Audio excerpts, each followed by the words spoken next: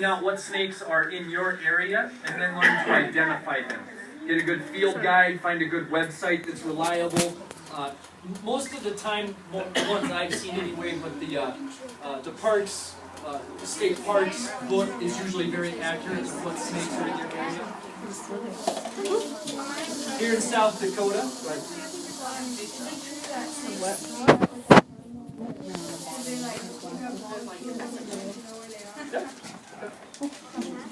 I just keep rattling. This is the type of rattlesnake that we have here in South Dakota. Ours is called a prairie rattlesnake. That is the only rattlesnake that we have to worry about here in South Dakota.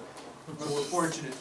It's considered a medium-sized rattlesnake. So the largest rattlesnakes can get up just over 8 feet long. Smallest rattlesnakes max out at just over a foot long. The prairie rattlesnake can run about 4 to 5 feet long. Okay. Yeah, but the size of the rattles for the size of that snake is amazing to me. The length of it? The length of the A lot rattle. of that's because of it being in captivity. That rattle doesn't get wet, it's not exposed to the elements. So you tend to see a lot longer rattles on captive snakes for that reason. I do also, this is an average size for the rattlesnakes around here.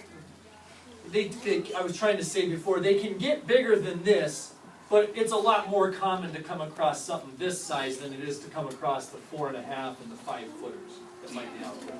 And then the other thing that's important to remember here is that I don't want you guys to think that all of South Dakota's rattlesnakes look like this. Okay? There's a lot of color variation on them. If you go down to the Badlands and catch them, a lot of times they're more of a gray or white color. Go up in the Black Hills, they have a lot of olive green mixed in.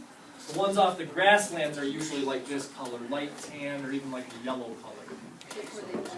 Yeah, it's something it's genetic. It's not a color that changes though. So if I take this guy down like up into the hills here, overnight or over months and years, he's not going to turn green. It's already determined genetically, but it's happened from generation to generation, just like she said, to help him blend in with that immediate surrounding. How do you tell the difference between a rattlesnake and a bull snake?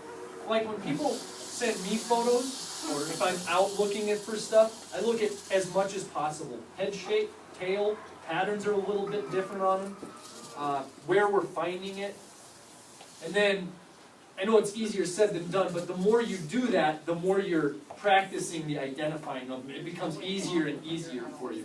You know, people are always amazed when I do it, but it's because I look at them every day. You know, I'll look at it and I'll say bull snake, and they're like, geez, how'd you know that? Because I look at them all day.